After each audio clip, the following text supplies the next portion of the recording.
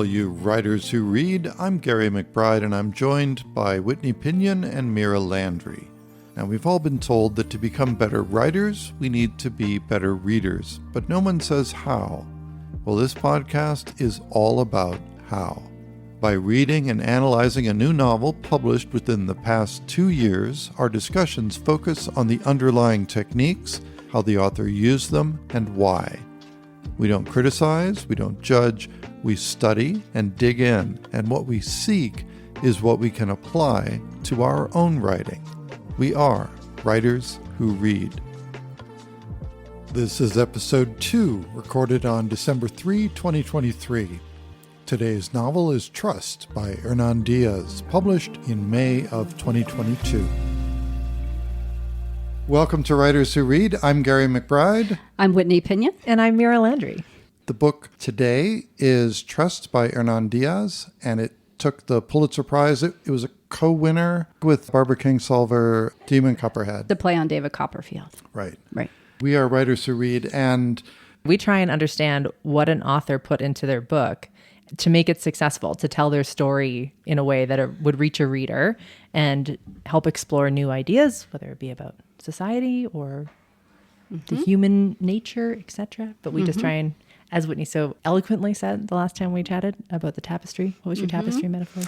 That a book is like a tapestry, and what we do is flip that tapestry over on its back and take a look at how it's constructed. Trust by Hernan Diaz. It was published in 2022 by Riverhead, which is a very prestigious imprint. Why is it prestigious? Just over the last 6 years, I've noticed that the Riverhead imprint, they have high aspirations. They have literary aspirations. They're trying to put out new art. Yeah, exactly. So whenever I see Riverhead, it's like, okay, this book has a certain aspiration, and then I read the book to see if it matches that. So you trust when you see the Riverhead.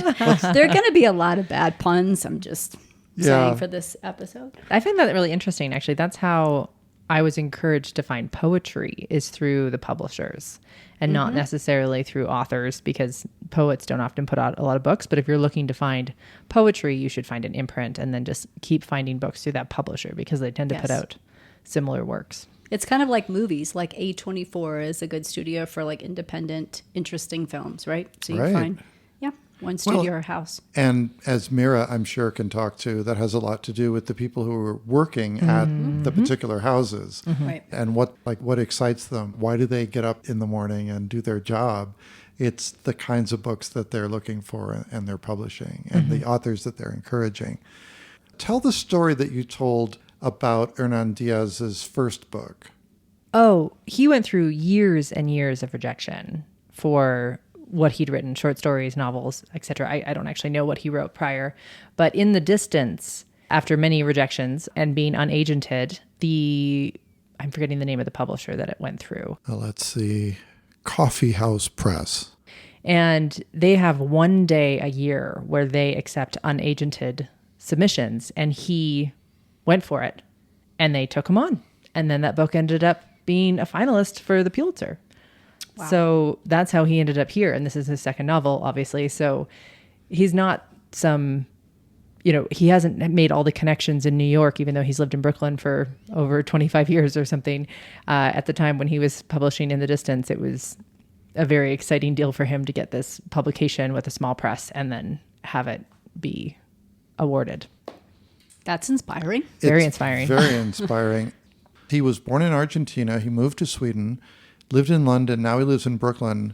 I guess he's of Italian. His mother was an Italian immigrant to Buenos Aires. And the little bit that I heard of him talking was that when a lot of people were leaving Italy, it was New York and Argentina or something along those lines. Like it was the same generation that left and landed along the coastline. So. He researched his book on a Cullman Center Fellowship at the New York Public Library, and he did all of his writing at the New York Public Library. He had his own little office in the library itself, which is available only to research fellows. He wrote his book entirely in longhand, using a single fountain pen. Aren't writers superstitious like athletes that way? He used words and names that are multifaceted. So the very title of the novel, Trust, has so many different meanings. Bond as well, the title of the novel, and then Futures, which was the final I guess the section of name book. that Ida gave to Mildred's diary. Because that last section is actually about her predictions for the market. Oh, So yeah, I don't know, exactly. because she Yeah. does actually divulge her system and how her husband would consult her on all manners regarding the stock market. But I don't know where the title came from, if it's what she gave the section or if Ida gave that section. When you open the book, Trust, you first encounter a table of contents, which is very unusual. A table of contents which looks like a collection of short stories or a collection of objects that are not necessarily chapters in a book. So the first part is actually a novel within a novel that Diaz created that is written by this fictional novelist whose name is Harold Veneer. Is Or it Vanner? Vanner. I think it's Vanner, Vanner. but the fact that you're using Veneer is Well, Freudian slip. Well, in fact, Diaz said that it's a combination of vein and vanish. Because Andrew makes him vanish. Right? Yes. He makes him disappear because you can do that with a lot of money. One of the key things that he wanted to debunk in this novel was the myth of raising oneself up from one's bootstraps. And he does a really nice job of that on page 1. Because he had enjoyed almost every advantage since birth, one of the few privileges denied to Benjamin Rask was that of a heroic rise. His was not a story of resilience and perseverance or the tale of an unbreakable will, forging a golden destiny for itself out of little more than dross. All right. This is not a rags to riches story. This is a riches to riches story. If newspapers, if the Federal Reserve is going to disagree with him, he's going to destroy them as best he can, destroy every other voice that doesn't agree with himself. So that's the kind of privilege. And I guess we could also talk about male privilege because this is a story of women's voices. So the whole idea of privilege, the whole idea of who has it and how do you get it, that is what he put at the very beginning of the book. So that's the first part. And then the second part is a sort of an outline of an unfinished autobiography, which is difficult to read. I'll just say that for a number of reasons that we can talk about. Yeah, it sounds, the voice is so conceited and arrogant, and then it's like half finished. It's laughably arrogant. Yeah. That's how I would describe that Comically. comically arrogant. But you notice when you're reading it that there's these random connections to the novel you just read. Exactly. Yes. And so by the time you read part 2, you realize that the novel itself is a novelistic treatment of a quote unquote real person who is the author of his own autobiography in the second part. So you get the sense that you're looking at a version of reality in the novel, and you feel as though you're getting closer to the truth when you read the man's own words. But then the third part... I was going to say it's almost like a prism. So you get different perspectives of the same image or the same story in each of the 4 different parts.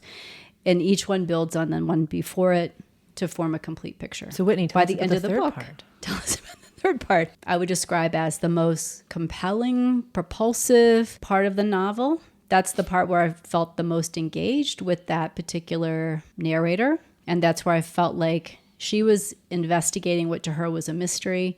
And so as she's doing that, we were also putting together the pieces of this book. The dots start coming together from the two first You start being able to connect the dots from the previous 2 sections of the book and questioning what you've read before. Right. So on the surface, the third part is written by a woman named Ida Partenza, and she has been hired by Andrew Bevel, who is the author of the partial the memoir autobiography in the second section of the book. Yeah, the second section. And we find out that she has been hired to ghostwrite his autobiography. So now we're seeing yet another surface of the prism or level of the story. So first we get this novelistic treatment of Andrew Bevel's life. Then we get his own take on his own life. And then we get an outside observer's take on Andrew Bevel. The first novelistic part is almost exactly 1/3 of the way through the book. The second autobiography thankfully, is much shorter. It's mercifully short. Yeah, and by the time we get halfway through the book, we're a good way into Ida Partenza's memoir, or remembering of her time spent as Andrew Bevel's secretary. That's when the book really heats up. Mm-hmm. Now, to talk about the fourth part, we actually have to go back to the first part. And I think we need to talk a little bit more about Bonds, a novel. Mm-hmm. And one of the things that, okay, I'll just admit up front, I was not a fan when I first started reading this book. My first thoughts were, something like this hasn't been published in 100 years, and there's a reason why. I was not connected to any characters. I think we vastly have discussed how there was no dialogue except for the one word in the first 50 pages, and there's very little interiority. And I think anybody who's reading modern literature would say that's not very common, and it's not something that we often see published. And so you can't help but open this book and read 50 pages and go, why was this published? But then I started to connect to the character Helen Rask in the book. And I thought it was really fascinating that this book started talking about Benjamin Rask when the only person I was connecting to was Helen. So as we move through the story and out of Bonds and into the memoir and then into Ida's perspective, we slowly start to realize that Helen, aka Mildred, is actually the protagonist of the story. Which I would actually say is a co-protagonist of the story, which I thought that Ida was the other protagonist of the story. We can talk about that. But Yeah, definitely. Yeah. So let's start with what turned you off to the writing of the first part. And it was very deliberate by Hernan Diaz. When Diaz took this to his editor, the editor came back with a note, which is, do you realize that in the entire novel, you don't have any physicality? In other The novel words, Bonds. The novel Bonds, right. You don't have any physicality. We're not ever in scene. And Diaz apparently... So that would be all exposition. All 100% narrative. exposition, Yes. narrative. And Diaz was delighted. He said, good, you noticed. So in other words, that was his It intent. was deliberate. And that was very common for 19th century fiction. So what I bring to this discussion in this book, I come from this as an English major who spent a lot of time reading Edith Wharton and Virginia Woolf and actually had maybe more patience than today's average reader reading a novel. And I trusted that that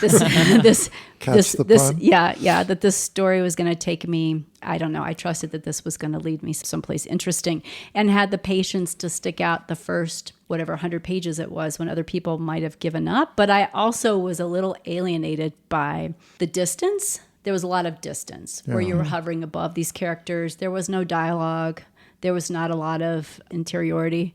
That was pretty off-putting. Yeah. And two things saying Edith Wharton and Virginia Woolf, obviously Hernan Diaz said he read those writers. And I think his launch party for this book was at the Wharton home. So clearly she was a huge influence. Sure. So if you were familiar with their writing, then you would appreciate and see it on this page. The other thing you said was about trusting the author. And I think this is such an important lesson for so many writers. If you're writing a novel and you've had beta readers or critiquers come in and give you feedback, I think one of the most frustrating things as an unpublished writer or when you're just getting started is that people don't trust your writing. They're looking for your mistakes. And it's really hard to get an honest opinion because of that. Yes. And I think when you're reading an author who's published, we naturally give them more credence or benefit of Credence the or doubt. credibility. Yeah, credibility to that because we're like, well, they got published. Clearly, And an they're a editor went Pulitzer through this. Prize winner. Yes, and Yes. they're Pulitzer, whatever. Yeah. Prize winner. So we should trust this author. But I think it was really hard. And I think if you go and look at Google reviews of this book, you will find a lot of readers who had a really hard time trusting that this author was going to turn it around because for 100 pages, we are in a 19th century antiquated style of storytelling, which when you get to the end of the book, you realize is absolutely brilliant and so necessary to the story. Yeah. But it's really hard to trust the author because he's such a new author. This is his second novel, especially if you haven't read his first, to say, what is he doing here? But if you are being a deliberate reader, which is what we do as writers who read, we are very active readers. And if you were paying attention to those title pages before each section, it actually says a novel by, and here's this fictional character who wrote this novel. So you're going to suspend disbelief. Right. It's a novel within for that a novel. first section and say, okay, the author is clearly playing with form here, experimenting. I'm going to go along for the ride. Let's see what happens here. So there are a couple things I want to add to this brilliant discussion. One of which is when I pulled the room today, Mira and I are in the minority. We are. Yeah. The people who did not care for the first section of the book. Correct. Yes. So most people in the room, and there were maybe 20 people there today, I would Yes. say 15 said, I liked the opening of the book. I was fine with it. I thought it was good. And then Mira and I are looking at each other going, what did we... We disliked it for different reasons. Okay. You had a problem with the actual prose. You said it was the Yes. writing. For me, I was thinking I was fine. I don't mind a lot of exposition. I can get into it. What I felt, and even I get it now looking back because it's supposed to be this style of writing that was very popular then. That's how it would have been with that lack of interiority. I could even withstand not having the interiority there. It was there. It felt like there was no goal. I didn't have a dramatic question for the opening of the novel. And while I was thinking, okay, I get there's a style here. It's supposed to be written in this. We're still a modern audience. Like, can't you give this modern audience a dramatic question in the opening of the book? Can't you say what we're going to be working towards? You know, considering Helen doesn't become a part of the book. And as I was reading, I'll give this tip to any reader. If you're really bored, you should slow down and read slower. And I know that sounds a little backwards, but it actually helps you appreciate the prose. And so if you're a writer who's reading, read slower when you're bored because you will learn more. So when I was slowing down, I found myself connecting to Helen just via she seemed like the most prominent character. But I still never felt a goal. Like, it wasn't until she came in that I was like, oh, okay, so there's a little bit of a love story. Oh, okay, so she's got a problem. I'm like 100 pages into this novel, there was still no, what was that about? What were we reading about? Couldn't we have added an about to that novel? There is so much I want to say here. You brought Go ahead. so many great things to the fore. Because, yes, we did dislike that novel for different reasons. And I totally agree with you that even if you're trying to reproduce Edith Wharton, you've got to throw a modern reader a bone because we are who we are. The other thing was, in spite of the fact that Diaz is an obvious music lover and knows a lot about music and how music is put together, what I was missing in the first part, the first 100 pages, was musicality of the sentence making. Now, Diaz is a self-described constructor of sentences. In fact, he says about himself, I think of myself as a writer of sentences. And when I hear an author say that, they have my highest respect, because what that means is that they appreciate writing down to the atomic level of understanding vocabulary, sentence structure, grammar. And so when you find someone who says that about their own writing, and then you see page after page of sentences with the exact same rhythm that are starting with subordinate clauses, every sentence, I feel, starts on its own back foot. Because when you start a sentence with a subordinate clause, like he begins his Pulitzer Prize winning book with the word because, right? So, and by the way, he wrote this wonderful treatise on Borges, the poetry of Borges, and he begins that with the word if. And so that might be a tick of Diaz. A stylistic tick. Experimental. I think that's kind of him coming through. Yeah, it's not. But I will say that the journey that you take through Gilded Age prose, there is such a payoff later on in the book because of the mysteries revealed, because of the layers exposed, because of all the Easter eggs that Diaz plants throughout the book. Explain to us what Easter eggs are, Gary. Well, you know, they're in video games. If you click on them, if you know where to click, something magical will appear. And the way that Diaz is using the term Easter egg is really not quite the same, but he's talking about sort of echoes that are repeated from section to section.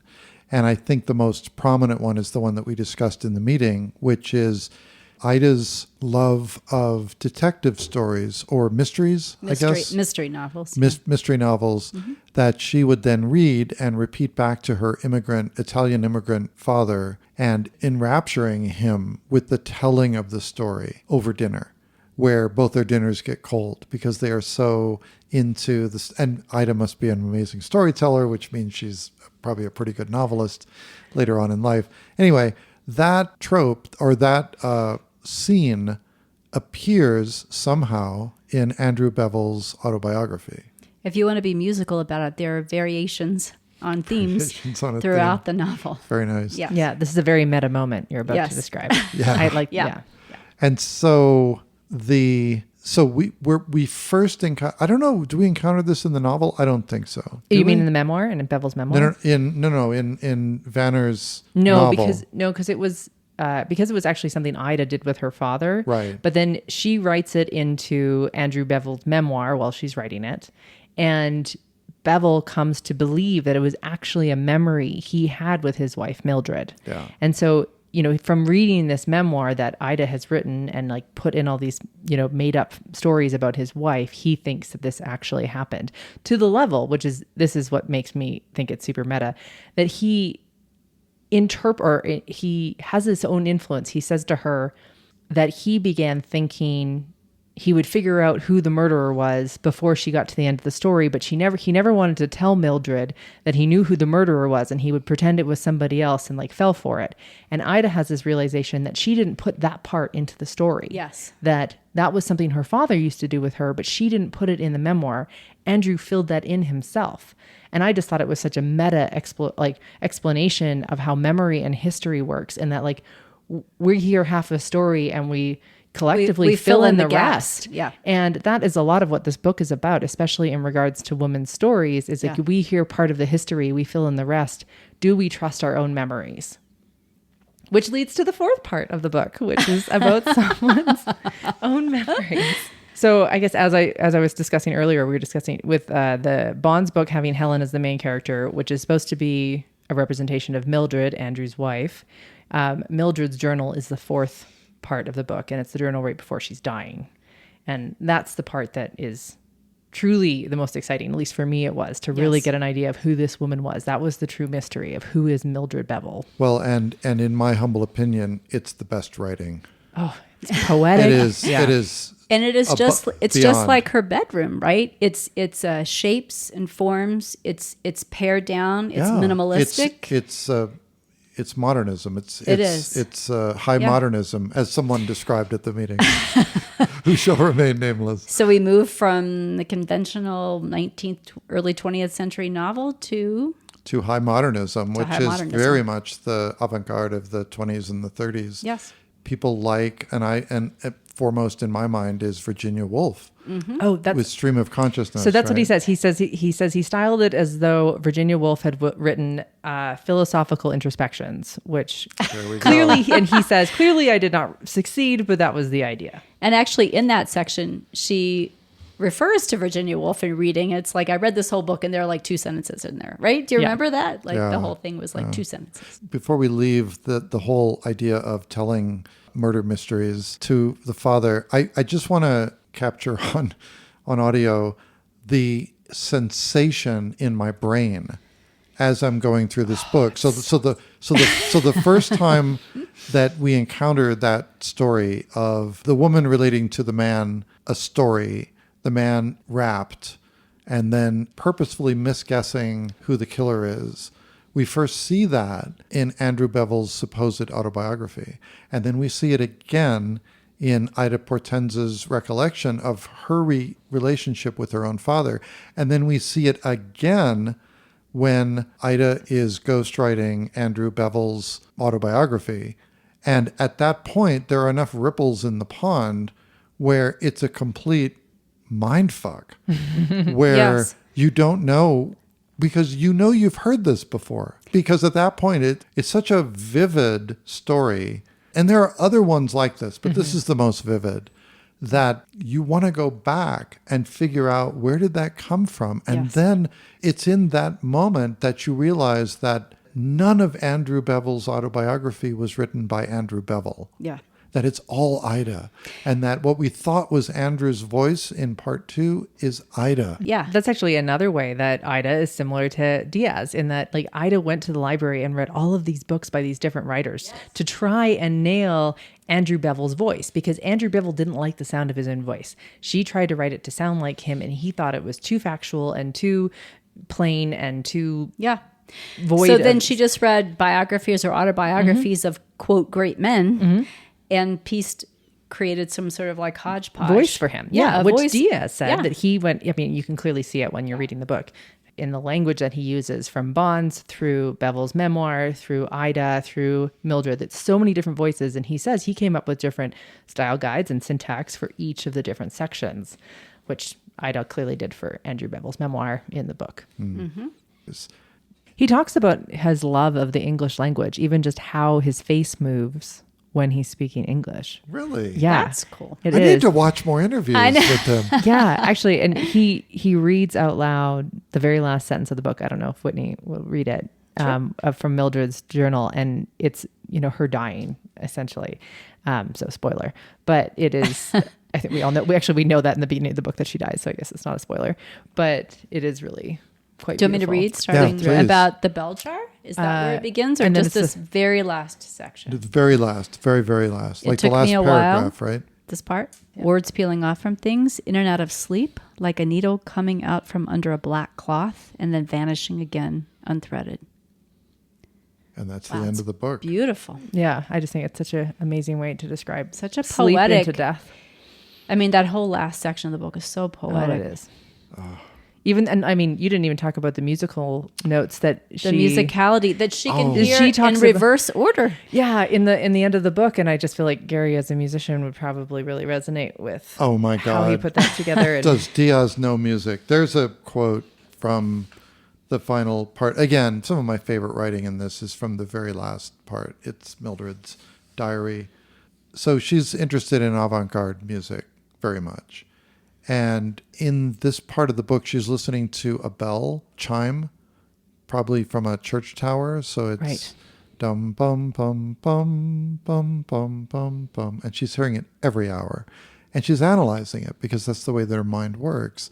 And she has this wonderful quote about call and response. Yeah. If the call and response motif contains our history, that strange lingering ninth, which is a musical interval, is the sound of our musical future. And I just thought, I know that ninth. I know that sound. And I couldn't have described it better. I mean, she's describing avant-garde music of the 1920s and 30s in that very simple sentence. And so I just have so much respect for Diaz. It's like, dude, are you a professional musician? Are you I a mean, savant? How deep are you? Yeah. Well, I mean, he speaks how many languages? Yeah. And so he obviously knows music. And the references to classical music and favoring certain composers over others. And when her husband engages a string quartet to play, they play all these like The hackneyed old. shop-worn classics Yes. like Eine kleine Nachtmusik and the Schubert Quartet or something. And she recognizes that as being very shop-worn. But, and here's the genius, but they're very good musicians. And so they found things in that music that a lesser musician wouldn't have found. So she appreciates that. And I can't help but thinking what you said earlier about if I'm bored with the reading, slow down. slow down and appreciate the craft underneath it. Mm-hmm. And that's what she was doing in that moment. She was echoing that. Yeah, appreciating it. So I spoke at length, I think, at the group about this, is in interiority. And it is, in modern writing, something we need. A lot of what I'm talking about is from a lecture I took from Rebecca Mackay, Great Believers, and I have some questions for you. She made this great analogy or, discussed how when photography was developed, painting switched from this very realistic style of painting to more abstract, the modernist stuff, the things that photographs couldn't capture. And when film was developed, novels did the same thing. So pre-film novels were very objective and had this just omniscient style in which they would like bounce around through different people's heads, but never really get into someone's head very deeply. I always think of like Madame Bovary, Flaubert, Gustave, and how you're never really in someone's head, but you feel deeply for all of these characters because of the way they write. And I think that's what Diaz did with Bond, is kept it very outside of everyone's heads, but you feel for them in the sense of how he describes them. Classic 19th century literature. So when film was developed, film kind of took over novels. But the one thing novels could do, or fiction could do, that cinema wasn't able to do, was to get into people's heads. So unless you have a voiceover in cinema, it's very hard to get into the interiority of a person's thinking. And that is what we expect from modern literature, is all of that interiority. So opening Trust and reading the first 100 pages of Bond, you're missing that. And I think any modern reader would really feel that distance, as we've described, from the characters because we don't have interiority. But what's so brilliant is that as we move into Andrew Beville's memoir, as written by Ida Bretenza, we get more of that interiority because it was more modern. It was like 1920 or 1930s. That's what was expected then. That was the voice of those men were in their head. But then we get into Ida, and it's very modern. We're almost always in her head. It's about her feelings, her experience of the world. And then we end it literally completely in interiority because it's Mildred's journal. And there is nothing else but what this woman is thinking. And I just think that is so brilliant to take us from absolutely no interiority. So you move from like a wide angle lens into like a close up, Yes. like of this main character. And while he's doing that, while he's creating, this narrowing of interiority, he's also created this mystery of who really is this woman, because we've just gotten a completely fictionalized version to her husband's fictionalized version, as written by somebody else, to Ida trying to figure her out.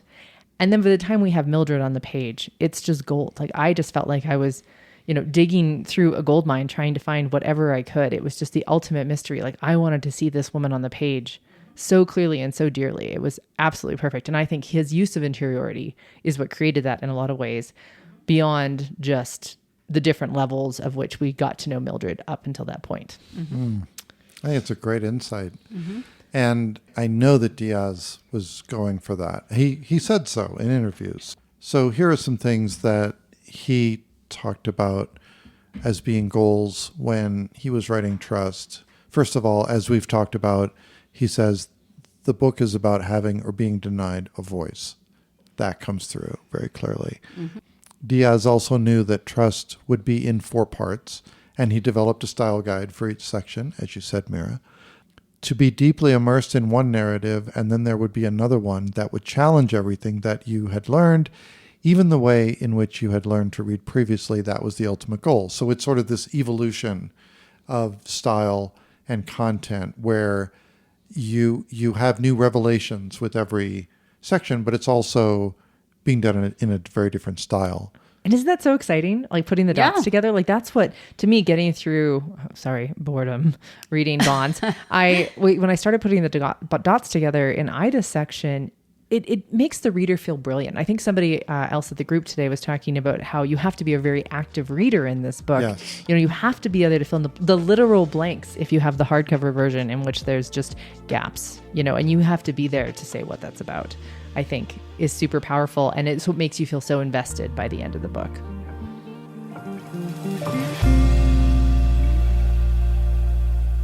So what we're drinking this evening, because we have a cocktail every time we read and we discuss books. And tonight's cocktail is called The Last Word. Delicious. Very herby, a little sweet, a little sour. Herbaceous. It's herbaceous, yes. So this is an herbal prohibition classic. Not created in New York, but in Detroit. But in the era roughly that we're discussing. So I chose this cocktail, obviously, because who gets the last word? And as I mentioned in the discussion, the song from Hamilton kept running through my head, who lives, who dies, who tells your story. And what was so gratifying to me about this novel is that the woman, this character that everyone else is trying to paint a portrait of, she actually gets the last word. She gets to tell her own story and reveal herself in this book. She gets the last word. So how do you make the last word? How do you make it? What's in it? You mix a little bit of gin with some green chartreuse. Although green chartreuse, I've learned in the last couple of days, is Hard to find. Short supply. So we used to substitute something also herbaceous, kind of green herby. Maraschino liqueur, which is made, as you said, not from the maraschino cherries, but from their pits. The pits and stems, yeah. The pits and stems. Some freshly squeezed lime juice. And some Amarena cherries to garnish. Oh, perfect. Yes. It was a lovely shaken drink. over ice. It was delicious. It was delicious. Wonderful. I finished mine too quickly and then was envying yours. If what we've been talking about so far interests you enough to read the book, if you haven't read it already, I would say read the book with a last word, That's a great way. Highly recommend. Great way. Multiple, because the book is over 400 pages. So you'll need multiple last words.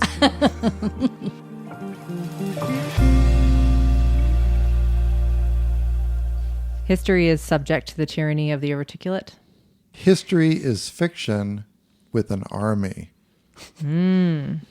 Which is a variation of history is written by the victors. Yes.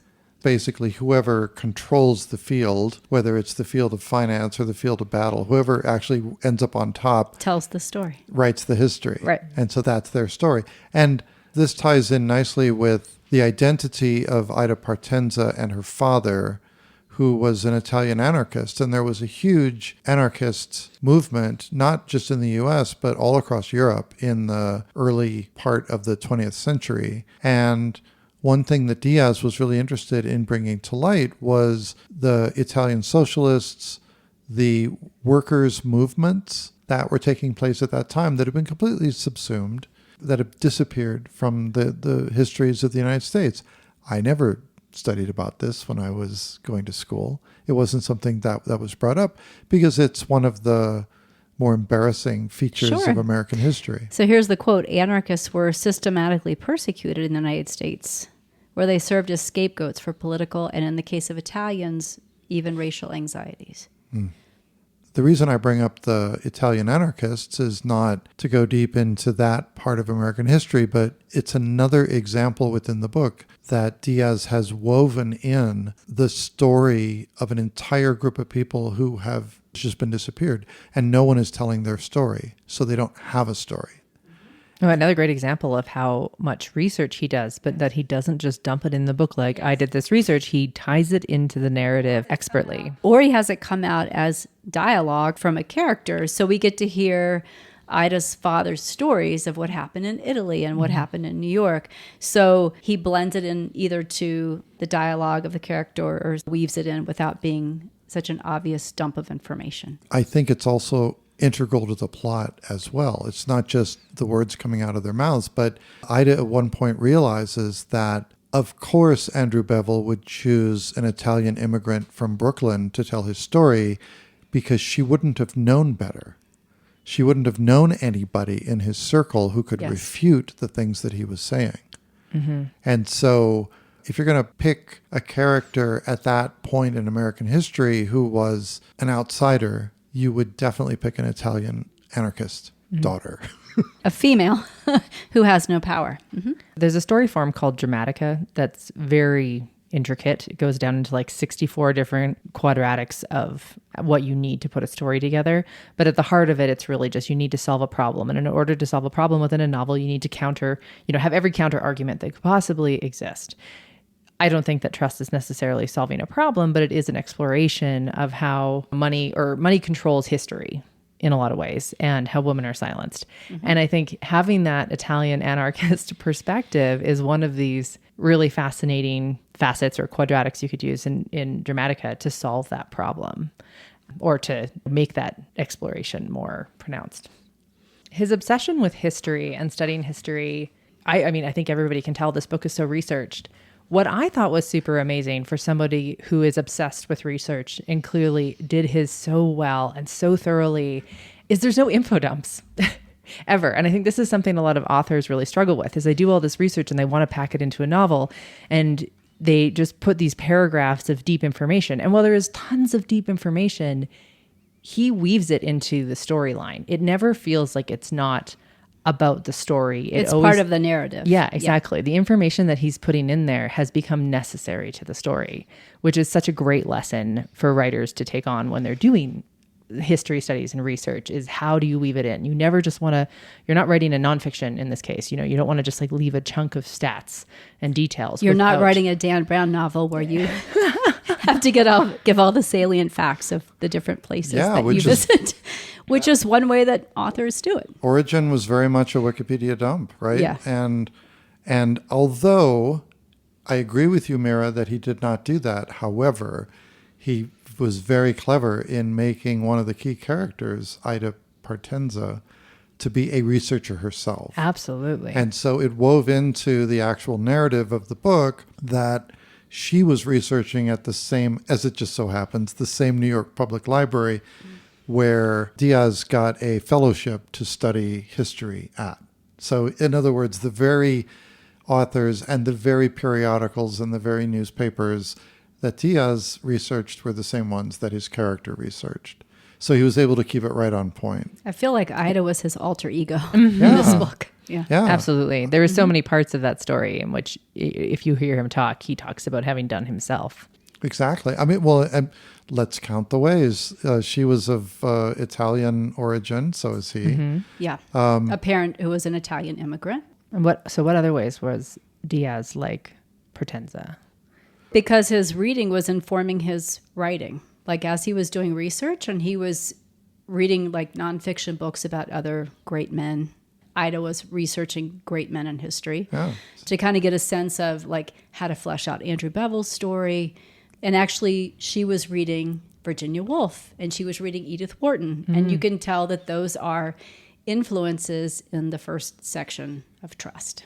Right. And also, this is a little bit too on the nose, but Ida is a novelist. Yes. A writer, an aspiring writer. Yeah. She was not only creating the character of Mildred, like from whole cloth, she was creating him from whole cloth. Not only that, but when she was blackmailed later on. She created an entirely new narrative.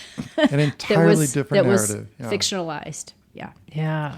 Well, I think my favorite, which is to me feels the most visceral, is how at the end when Ida is going through Mildred's diaries and how it's like they'd never been opened. And then Hernan Diaz talked about how when he was doing this research and finding these, articles from women from that era, they had never been opened in the same way. She lives in Brooklyn. He lives in Brooklyn. I mean, come on. So, yeah, there are a lot of parallels there. And Diaz has gone on record as saying that Ida is his favorite character in the book, which is clear. Not surprising. In the way that it's written, because I think the book really takes off as soon as we hear from Ida's voice. Don't you think? Absolutely. It would be fun to kind of try and discuss inciting incident and climax. Oh, yeah, I would love to. I just think this book is so experimental in its form. It's really hard to say this fits into the classic 3-act structure, that we've all been taught to write a book in. And so to try and force that feels hard for me. I feel like I'm just guessing. I don't know how I would get to that without actually having a discussion with the author and being like, oh, right, I saw how you wove that in. But you had some great ideas. Well, when I analyze these novels, and I'm on number 55 now, I do a number of things, some of which are pure math. So one of the things that I do is I produce a chart, which is the entire novel on one chart.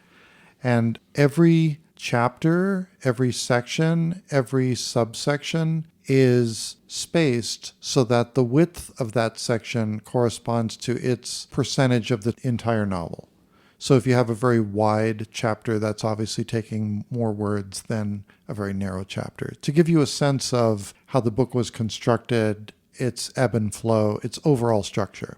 And I also figure out the percentages of present tense, past tense, average sentence length, average paragraph length, just to kind of get a sense of reading statistics. All right, that's the math. And then on top of that, I do a sentiment analysis, which is more AI.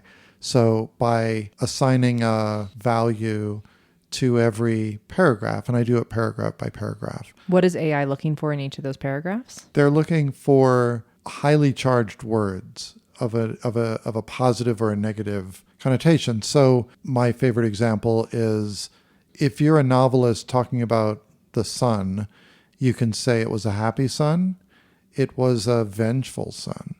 You can assign values to inanimate objects which reflect the inner thoughts of the characters in a scene. You could do the same with anything. And novelists do this, right? This is how we make literature. This is how you add mood to scene, exactly. Readers. But an AI, which is not human, just looks at those words and goes, oh, those are positive or those are negative. The beautiful thing and the sad thing at the same time about being human is that we absorb them. Sometimes they go straight to our subconscious and we don't even register that we're reading them, which is why we're doing what we do. That's kind of nice when it does that. Just enjoy the book. Yeah. Stop. It's been a minute. You're reading way too many manuscripts, Mira. But most of the words that are in the book are sort of leaning one way or another by design. And so what the AI picks up on is this a positive sentiment or a negative sentiment?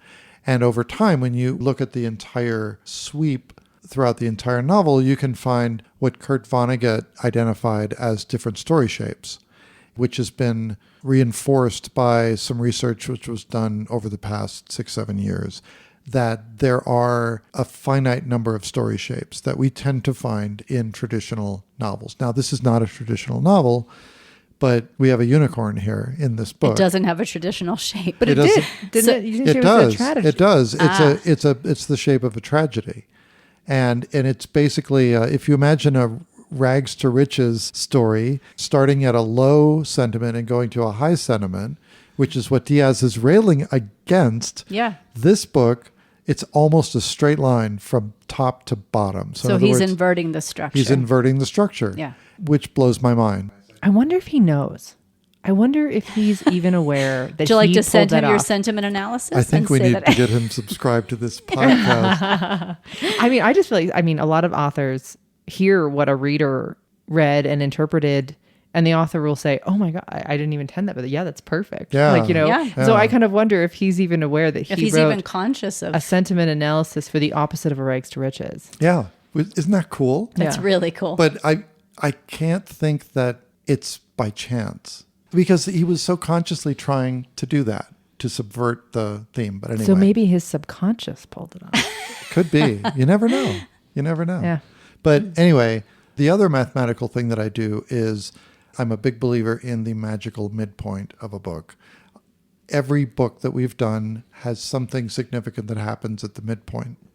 And now, thanks to you, Gary, I read on my iPad, as you know, so that I can highlight and quickly find quotes.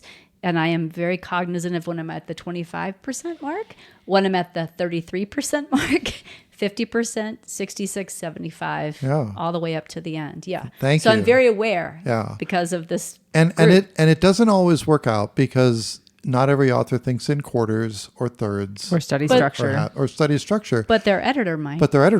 And yeah, so we do see always something significant at the halfway point, and maybe sometimes something significant at the thirds and the quarters. I mean, so much of what we're talking about in novels isn't a novel needs to do this by this point and do this in order to create a novel. Like, what is a novel? And it's something an artist or a writer has created. We just happen to study that story form makes it more satisfying when you hit these beats. And so we've learned that a beat at this point tends to make a story, it lures the reader in quicker if you have an earlier inciting incident, because then the story is getting started. And in classic hero's journey, they're in a different world. We're going somewhere else. There's something to happen, etc.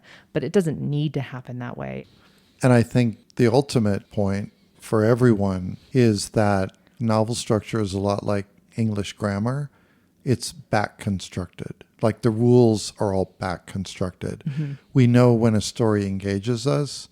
We're not quite sure why, but it's definitely not the same for every novel. Absolutely. And there is not a formula that is going to apply to every single novel that you read to be able to uncover what is the mechanism that is making this thing go. And this is why it's so important to read as a writer, because you learn through reading. And I think Elizabeth Gilbert, she said she learned so much of how to tell a story through reading Charles Dickens, which is crazy to me, because I love Dickens. No, I just think no, but her reading Dickens, reading Dickens, because if you read her writing and then read Dickens, you're not going to be like, oh, that's where she got. But it's about the structure, and I think this is why our podcast exists and why you started this group, is because it's not necessarily that you have to follow some mathematical equation. There's so many of them. Like, a romance writer might be like, yes, I need to hit this beat by this beat by this beat in order to make this plot happen, in order to do this, in order to satisfy the reader at the end, because that is what a reader's expectations are at reading commercial romance fiction. Sure.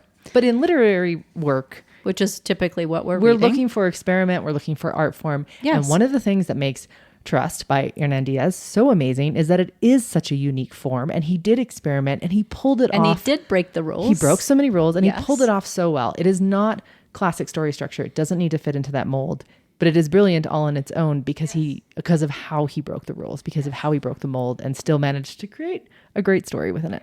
I want to have a couple quotes from Diaz. One of them is his writing credo, which is, quote, "Literature is written primarily with other literature. Literature is a very slow conversation with authors that I love.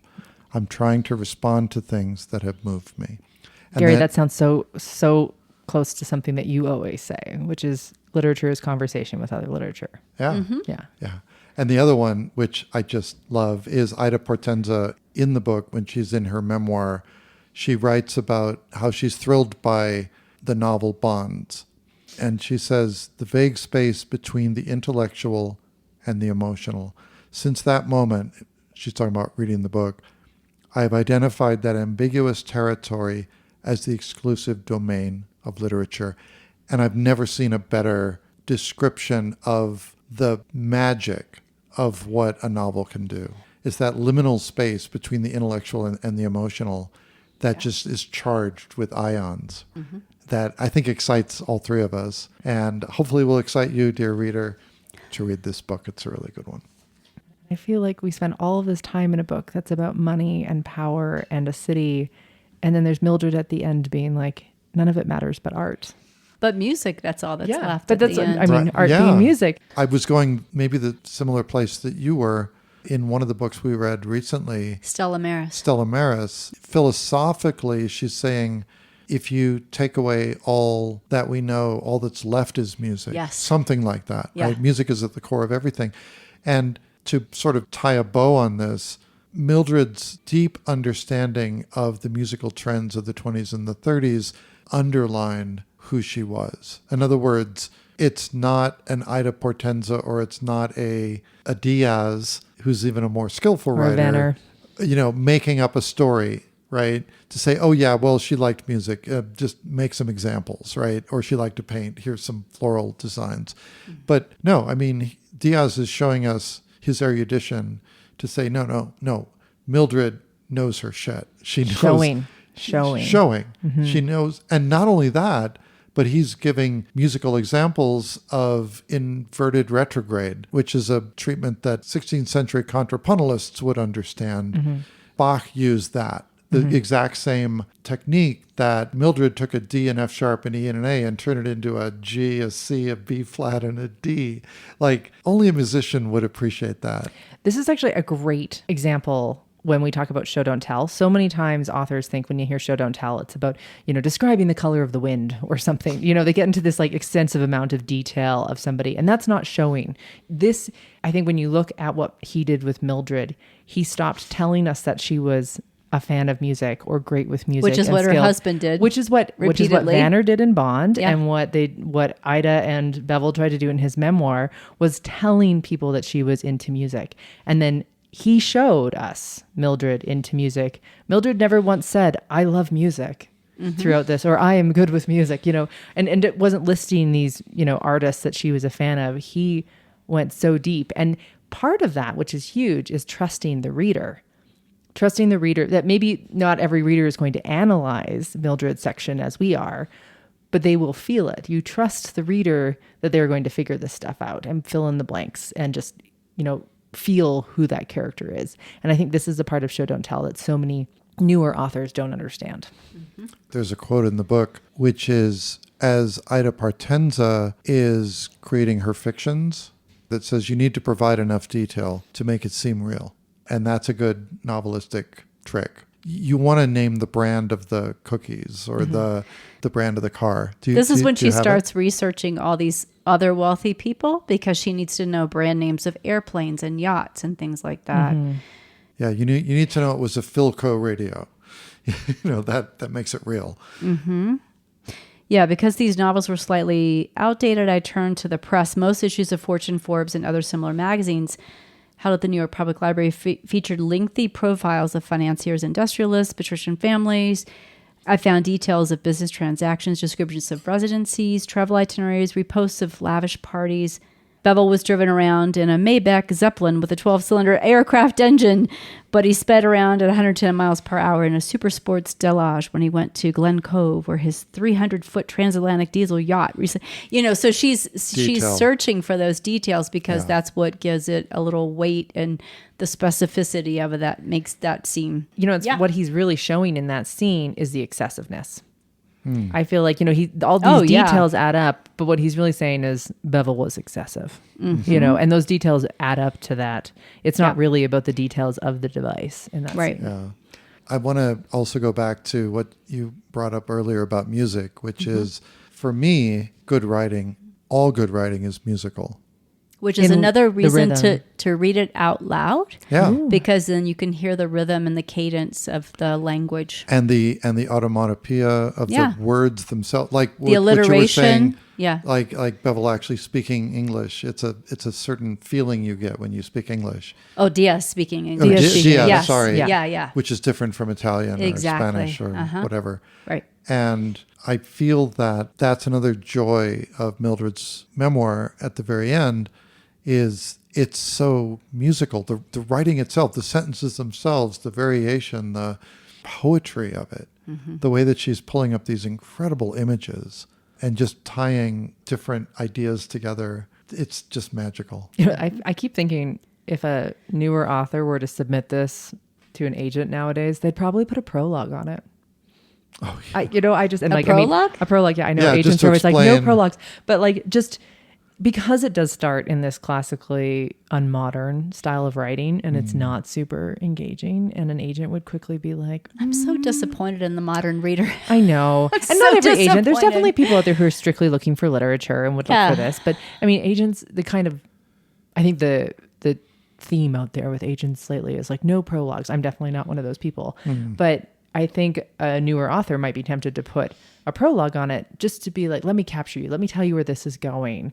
Let me promise you that this is going to pay off. And Diaz doesn't do that. He starts in this and it does pay off, obviously, but you have to trust the writer to do it. Yeah. I mean, I take two things from that. One, don't try this at home, kids. Yeah. Because you're probably not going to get published. But the second one is, thank God there are writers and publishers to allow creatures like this book out into the wild, Yes. so that we can enjoy them. Yeah. Thank you, Hernan Diaz. This was a delight. Well, thank you all for joining us, and join us next time when we talk about Lessons in Chemistry by Bonnie Garmis. Totally different style of book. Totally different, but worthy of reading, worthy of study, Absolutely. worthy of reading like a writer.